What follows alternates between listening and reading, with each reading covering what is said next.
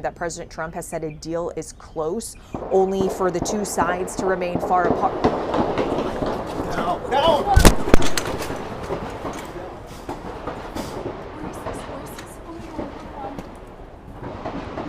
Republican support on Capitol Hill is weakening.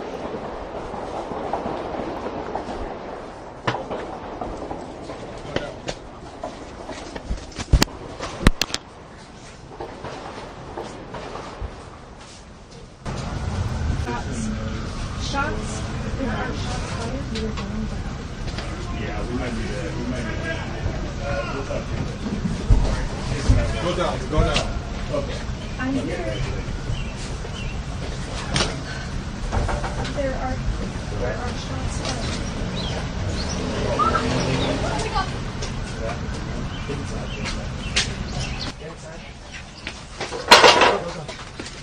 Get in.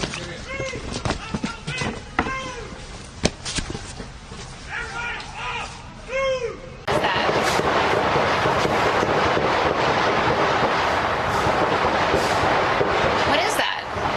Sounds like fire.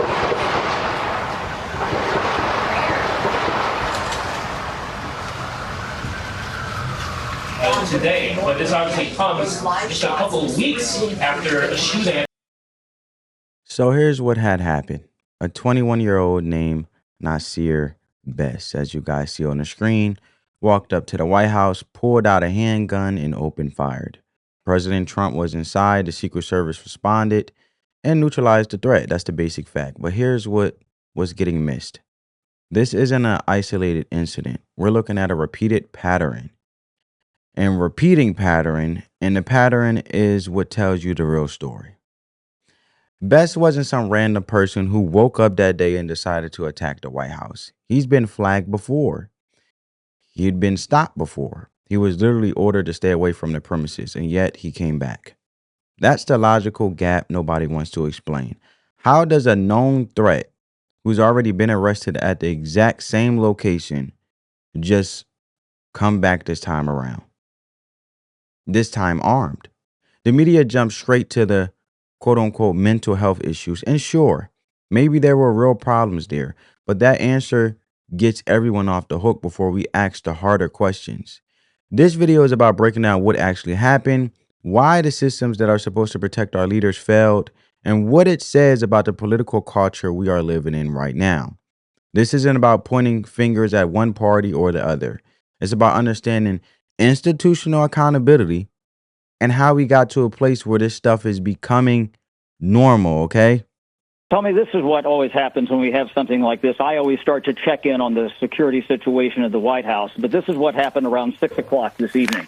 I'm told that a gunman came up near the White House on the west side, what is described to me as Gate 17. This is kind of near 14th Street on the west side of the White House, and came up and brandished some sort of a pistol. We don't know what type of pistol it was, but he then fired toward the White House 3 times. And the United States Secret Service, they returned fire. We don't know how many shots that they got off. And they apparently took the gunman down. Now, sometime in this gunfire exchange, a civilian on the street was struck by this gunfire, and we do not know the condition of that person right now. But the important thing to know is that the gunman who came up with the pistol and was taken down by the Secret Service, and we don't know his condition right now, but he never got inside the perimeter of the White House. And this is according to a senior administration official with direct knowledge of what went down at the White House this afternoon. This was right around 6 o'clock Eastern time. So, Chad, so if I'm hearing what you said correctly, this was somebody who was just firing in the direction of the White House? It was something that the Secret Service obviously perceived as a threat. Obviously, we're told that that gunfire apparently was directed toward the White House. If you get toward the west side of the White House, and we're trying to figure out precisely where this was, you have the old executive office building now called the Eisenhower Executive Office Building, which is kind of a big complex if you're working from west to east toward the White House. So we know that he was firing in the direction of the White House, and this is the preliminary report from someone who's very senior and would have direct knowledge of this information. Again, a lot of people in town. There was one source that had, questioned me earlier, even before we had this information. There's a lot of motorcyclists in town for the Memorial Day events. They always come for this time, and people thought it might have been, motorcycles backfiring or something like that. There's quite a cacophony of that. But this is clearly someone who came up and was firing at the direction of the White House. And the president, of course, is at the White House today. Just wanted to give you guys a quick update in regards to the matter. The White House shooter is in critical condition after being shot by Secret Service. And unfortunately, the bystander, the innocent individual, is in serious condition. You know, my prayers go out to the civilian, the victim in this, who happened to be at that time and place when this had unfortunately happened due to a horrible event. But yeah, so that's the update on the two individuals, Nasir Best, the shooter, and the bystander. So let me walk through Best's actual history with the White House, because the details matter. Back in June of 2025, there was an incident. Best walked into a restricted area near the White House by using an exit turnstile the wrong way. The signs were clear: do not enter, exit only, police line, do not cross. An officer in full uniform saw him do it and immediately told him to stop. Best didn't listen. He kept going further into the restricted area. So they arrested him. And here's the important part. He had no prior arrest record at that time. He claimed he was Jesus Christ and that he wanted to get arrested. The Secret Service documented this and they flagged him. They arrested him. They put him on a list of known threats who were inquiring how to gain access to the White House. Then after all of that, after being arrested in order to stay away, he shows up again about a year later. This time, he got a bag. This time, he's got a firearm. This time, he fires 3 shots at Secret Service officers. Now, think about what that gap means. If someone is flagged as a threat and arrested and explicitly ordered to stay away from a location, the expectation is that the system catches them if they come back. The system doesn't just let them walk back up to the gate, except it did. When you zoom out and look at the frequency of these kinds of incidents, attacks, attempts, people showing up with weapons, there's a pattern, and patterns are data. They tell you something. Under the previous administration, we weren't seeing this kind of frequency. That's not an opinion. That's observable fact. And that's what the record shows. Now, I'm not saying one side is evil and the other isn't. That's exactly the trap everyone falls into. What I'm saying is when you see the same target repeatedly, when you see the same type of incident repeatedly, that pattern exists for a reason. When any institution, whether it's a family or a government, experiences repeated threats against its leadership, it stops functioning normally. Resources get diverted to security and crisis management. Focus gets scattered. Stability gets shaken. It's like a family that's under constant threat. They don't argue about dinner. They don't plan for the future. They survive. The same principle applies to how a country runs. And that brings us to the next part. Why is the media so quick to dismiss this pattern instead of investigating it? Watch what happened with the media coverage, okay? Before anyone had real information about motive, before investigators had finished collecting evidence, the headline was already locked in. He was mentally unstable. He had mental issues. And yes, that might be true, but here's where it gets tricky. Mental health issues and radicalization aren't the same thing, and one doesn't cancel out the other. Welcome back, everyone. We continue to follow the breaking news out of Washington, D.C. It is 8:30 p.m. Eastern time. We're getting some new details about the shooting that took place on the corner of 17th Street and Pennsylvania Avenue at about 6 p.m. Eastern time. Let's cross over now to our senior law enforcement correspondent, Mark Santillo, who has more details. Mark, what have you learned? Eamon, we just, from two sources, briefed on the incident as well as an internal law enforcement document. We know now that the suspect is Nasir Best, who was transported to George Washington Hospital. As his Secret Service said, he has passed away. The suspect previously approached the White House. There was interaction in the past between the suspect and law enforcement in June of 2025. There was an order for him to stay away from the White House. That incident in June of 2025, from an internal law enforcement document, according to sources, it happened on last summer near the White House. An officer in police uniform, full police uniform, was working at a pedestrian access control post at the White House when he observed Best, the suspect, walk into a restricted area by using the exit turnstile lane that was located at the post. And apparently that restricted area had multiple signs there, Eamon, stating, "Do not enter, exit only, police line, do not cross, pass holders and appointments only." Again, this was near the White House area. The suspect was immediately told to stop. The suspect did not listen to the verbal commands from the officer, did not stop, and continued to go further into the restricted area. The suspect was arrested. According to multiple sources, the suspect had no prior arrests at that time. The suspect claimed he was Jesus Christ and he wanted to, quote, get arrested. The suspect has a history of mental health issues.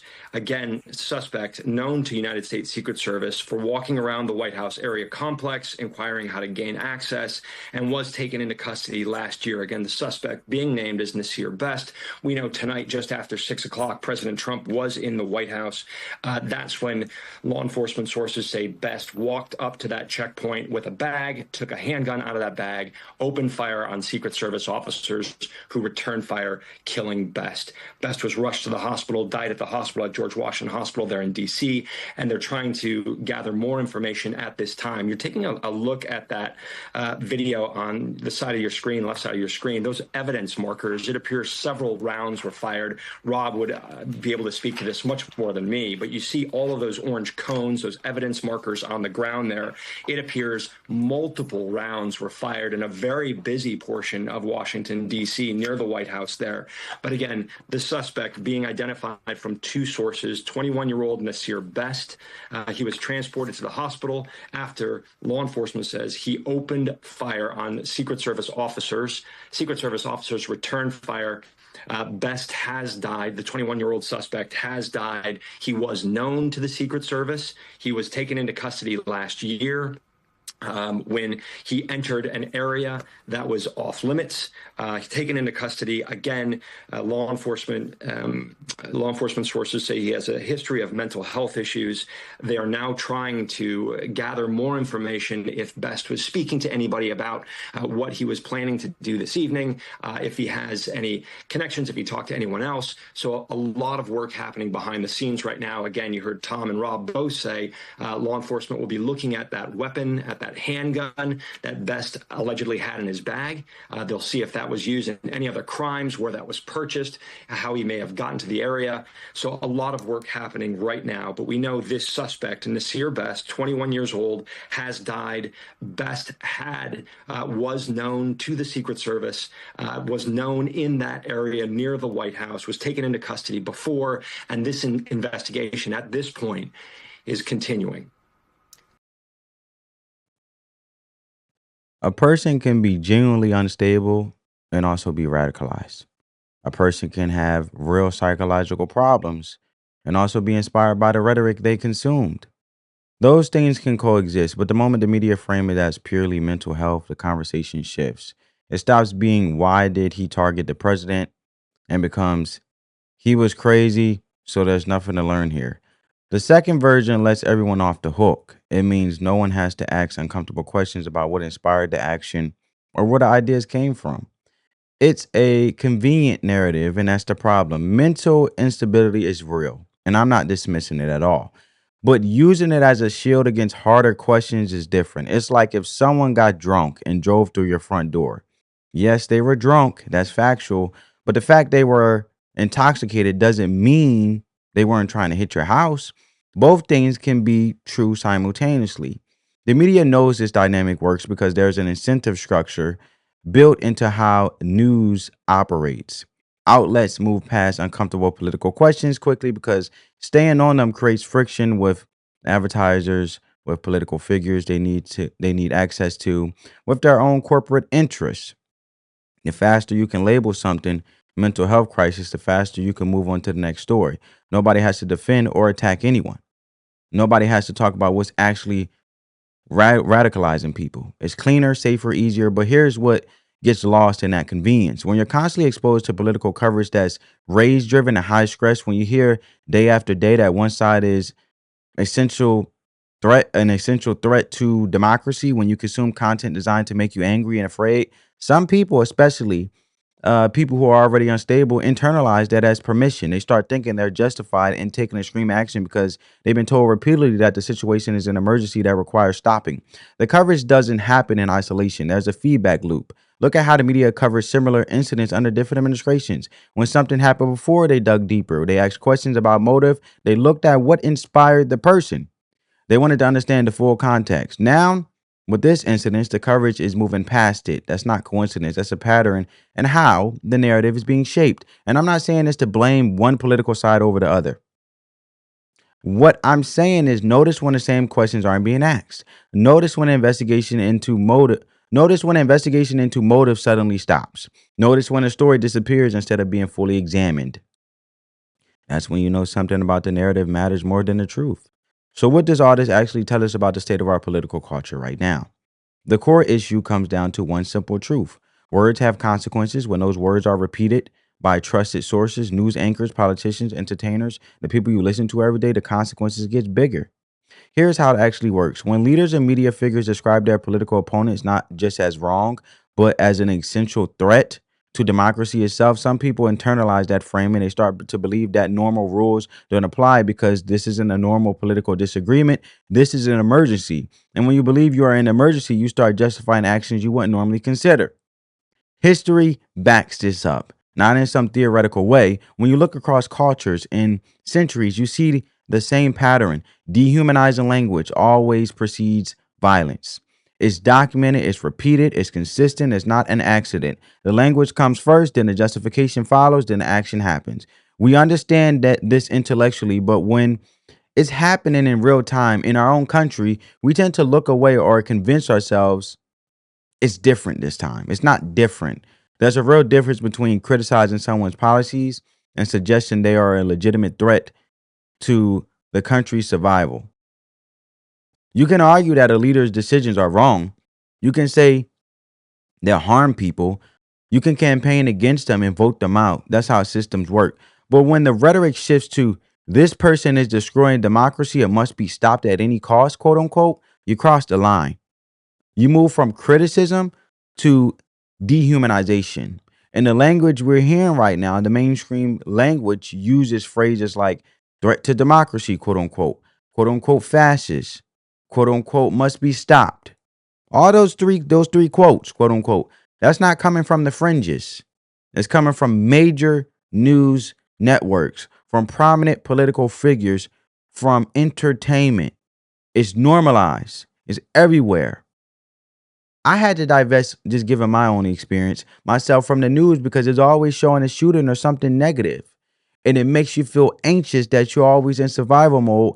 And can you actually really be in the present moment to embrace the grateful things that you have around you and the blessings and the things that you have on a day-to-day basis that can be taken for granted because you can't even see the gifts or the simple things, the little things that you have around you that you take for granted because you're so anxious by basically seeing what you see on the screen every day that you basically need to divest yourself from, to take a step back and say, hey, I do have a roof over my head. I do have family members that love me. No, life isn't promised.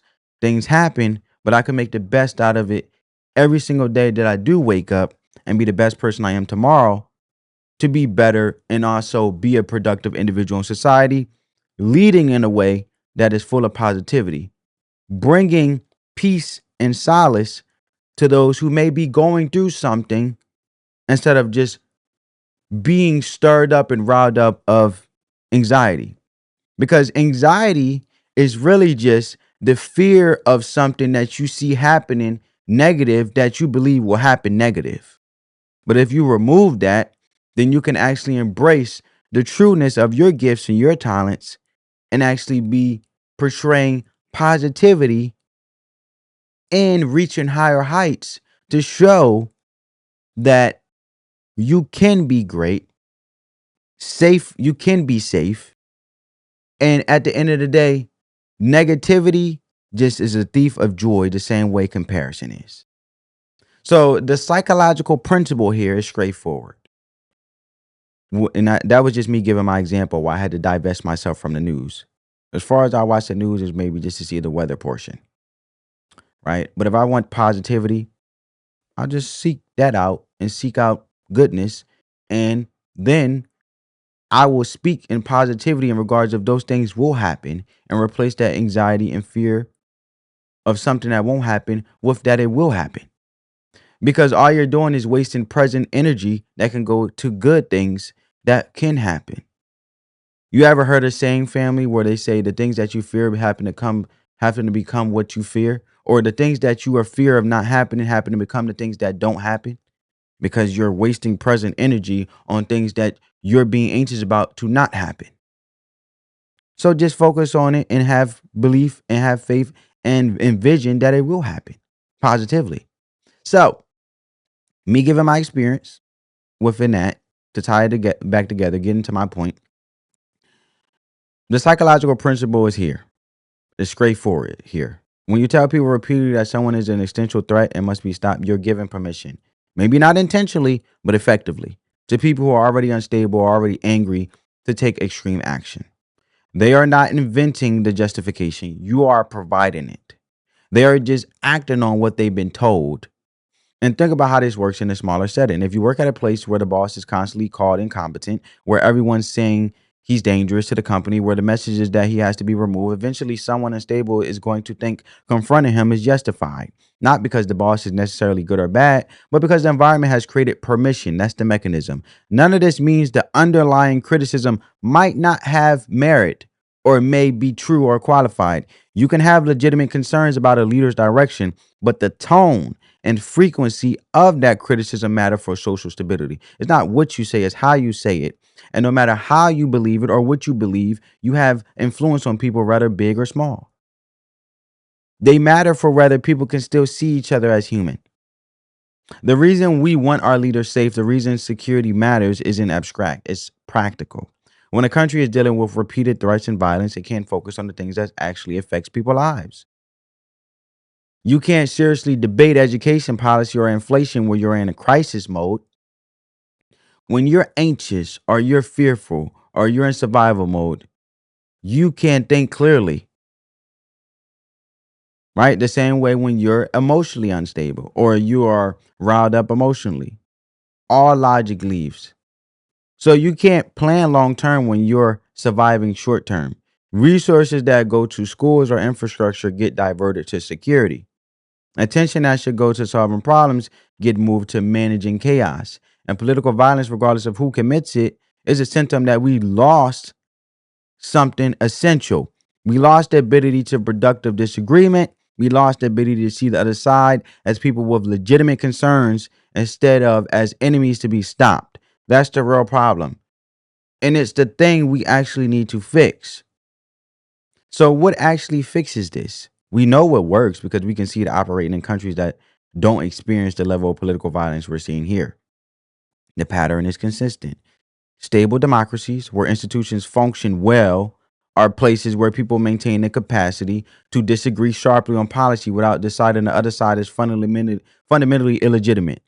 We need to bring back being able to have productive disagreements. We can agree to disagree, but we can also be open to each other's perspectives that we may not have seen things in a certain way. But now that has been demonized that you basically need yes men and someone to constantly agree with you. Well, if you have two individuals constantly agreeing with you, then one of their opinions become useless because they're agreeing with your opinion and the other person is as well. So you have two yes men and your perspective as well that you are all in agreements with. Where's that real growth if you can't see all angles of things to actually make an productive decision? Because if you see different outcomes based on different angles and different perspectives, you will be more efficient and effective. And then you'll be more proactive while also embracing the vision for something that you're trying to solve because you've seen it from all angles. But if you're only limited to the thing that's in agreement with you, then obviously that cannot be true growth. And the second person that's agreeing with you out of the three of you, because you have two yes men and they're just agreeing with what you're saying, the third becomes useless. So that's not disagreeing is not weakness, it's strength. It requires discipline, it requires restraint. The role of institutions, the Secret Service, law enforcement, the courts is to protect order, but they only work when people trust them and when the system actually functions as designed. Right now, we're looking at a case where the system had perfect information. Best was flagged, Best was arrested, Best was explicitly ordered to stay away, and Best came back with a weapon. That's not a success story. That's an institutional failure that needs to be examined honestly.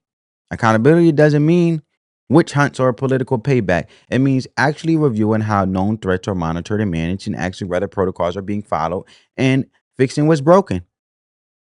The media's part in this is straightforward. Responsible reporting means asking hard questions about what motivated someone to take action, not running cover because the answers are uncomfortable. When you do skip the investigation into motive, you're not protecting anyone. You're leaving the actual problem unexamined. Productive political conversation looks different from what we're experiencing now. It's built on disagreement about decisions and direction and not on whether the other side deserves to exist. Healthy disagreement is specific. Quote unquote, I quote, your economic policy will hurt working families. Here's why, and here's my alternative. Quote unquote. Unhealthy disagreement is abstract. Quote unquote, you are destroying the country and have to be stopped. One is about competing visions, the other is about elimination. For people watching this, the practical steps are real and doable. Pay attention to the language you're consuming. Notice when sources are critiquing versus when they are dehumanizing. Seek out perspectives different from your own, not to agree with them, but to understand them. None of this requires being naive or naivety about real problems. Bad policies exist. Poor leadership decisions happen. We can address those things without torching the system in the process. The First Amendment protects speech, and that matters, but it doesn't protect incitement. The line between I think you're wrong, quote unquote, and you should be eliminated, quote unquote, is real. And we lost track of where that line actually is. Here's the bottom line. We can have hard disagreements about policy and still maintain a functioning country. We can believe fundamentally different things about the direction we should go and still remember that the people on the other side have families, concerns, and legitimate perspectives. So what we looked at here is three connected failures: a repeated pattern of incidents, a convenient narrative that sidesteps investigation, and a political culture that's forgotten how to disagree productively. The lesson is about seeing through surface level explanations and recognizing that institutional failures and cultural problems are connected. You can't fix one without addressing the other. The real takeaway is this: we can't repair the security gaps without repairing the cultural environment that's fueling instability. And we can't repair the culture without being honest about the rhetoric driving radicalization. The positive path forward is choosing to be the person who disagrees based on substance, who questions narratives instead of accepting them uncritically, and who remembers that the other side is human. For you watching this video, and I appreciate you for rocking with me and watching this video, give this video a big thumbs up and subscribe and join the family if you're new. If you're already part of the family, I appreciate you, family. But let me know your thoughts on this in the comments below, because as always, we're having a productive conversation. But for you, think carefully about what you're consuming. Ask yourself why certain narratives are being pushed and engage in conversations that build understanding instead of division. This isn't about politics. It's about whether we can keep our country stable enough to actually solve the problems that matter. That's the whole takeaway of this video. And that's why I love to leave with something positive instead of rage bait, and leaving you in a state of, okay, well, he said all this, so what is the solution he has? And then I present my solution, and I want to get you guys' thoughts in the comments positively, and also productively. in the comments, because this is what this propels. We're having a conversation right now, and we can be the example, being a bigger person of how it should go based on you guys interacting and giving your thoughts in the comments, and being civil individuals that can have conversations and not attacking each other or any type of bad divisive rhetoric or negativity, just positive. So let me know what you guys think. I hope you guys enjoyed this video. I'll catch you in the next one. I hope you got some value from this video, most importantly. Love you guys. On that note, peace.